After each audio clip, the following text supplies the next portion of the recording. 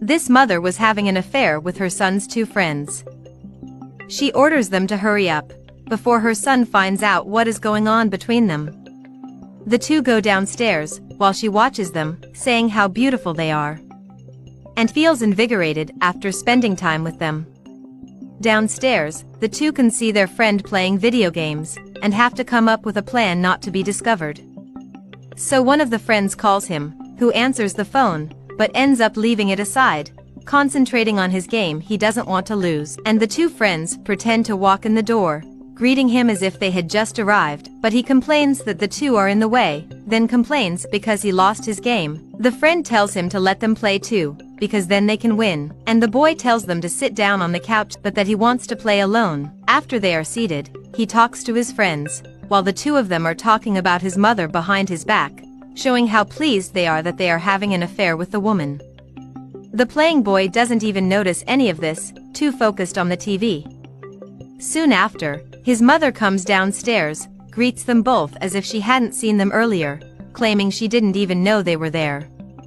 But the son asks her not to disturb him and his friends, because they are playing, and the woman leaves the room, claiming that she is going to make them a snack, while the two friends can't even take their eyes off her. And when the friends are alone, one of them comments to the boy that he wishes he had a mother like his, and the other one agrees, claiming that his mother doesn't give him attention like the boy's does, that he is to be congratulated for having a mother like that. And the boy just tells them both to pay attention to the game, and says that his mother isn't all that. Soon after, the mother calls her son to help her in the kitchen. The boy starts complaining to his friends that she's just getting in the way when it's time for his game. So he hands the game controller to one of his friends. When they are alone, the man tells the boy to delete the photo he has on his cell phone, but he doesn't agree to delete it, claiming that it is his souvenir. But the man says that he needs to delete it, otherwise he runs the risk of his friend finding out what they do. However, he says that the man needs to relax, claiming that this photo is just for him to look at night and dream about the woman. The man makes it clear that this will lead to trouble. When the boy returns to the room, he is complaining that his mother only knows how to ruin his day. He takes control of his friend's hand, returning to focus on the game, because he doesn't want to lose. A few moments later, the mother comes back with the three boys' snacks, and while putting them on the table, takes advantage of the situation to call the attention of her son's two friends. They have all their attention on the woman. She then claims that she brought milk for them, asking if they want some. But the son, angry with his mother, tells her to stop disturbing them, and says that they are no longer children to drink milk. Contrary to the boy's speech, the two friends accept the milk offered by the woman, and even ask if she also wants milk, saying this in a suggestive way, and the woman replies that she has already had a lot of milk that day. Then she says that she will leave the boys to play, while she goes to finish organizing some things upstairs. The woman goes up the stairs, while the two can't even stop watching her. The boy then remembers to meet some girls for a date, and asks if they are not going to do this anymore.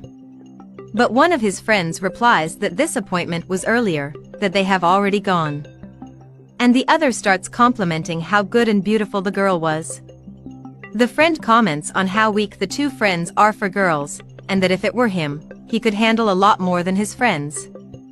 After a while, the friend says he's leaving for his house, and the other friend tells him not to forget to erase the thing he said before. But he answers that as he said before, he won't delete anything that he sent to him, and if he wants to delete it from his cell phone, it's his choice. The boy, hearing the conversation, asking them to send it to him as well, but ends up turning his concentration back to the game. The friend says that he can't take the pressure on that game anymore, because it's too hard and that's why he's leaving. And the boy says that it's good that he left, because at least he gave more room on the couch. The friend who stayed in the house leaves his cell phone on top of the couch, and tells him he is going to the bathroom. The boy questions whether he has a loose bladder, because he is going to the bathroom so much, but he explains that he ate something that was not good for him. When he goes to get his cell phone, he picks up the wrong one without realizing.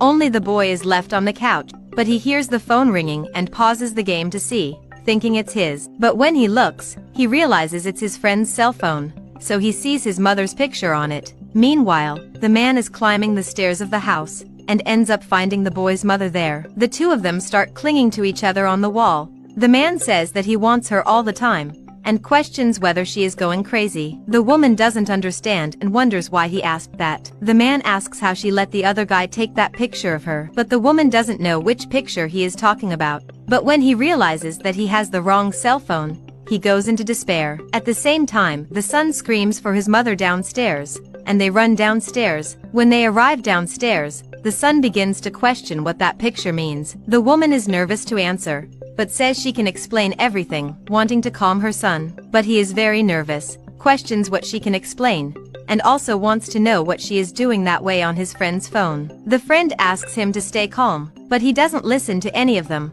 claiming that his mother must be playing with him, and says that he is ashamed of his mother. His mother gets worried and wants to know where he is going. The boy says she should be ashamed of herself for calling him son, and tells her not to call him that anymore. He says he's going to his father's house, while the woman begins to cry in despair for her son who has left. The man present there tries to console her, but she pushes him away, ordering him to take his hand away from her. He still tries to comfort the woman, but she screams at him not to touch her, and orders him to leave her house immediately. And then the woman leaves the house as well, crying for her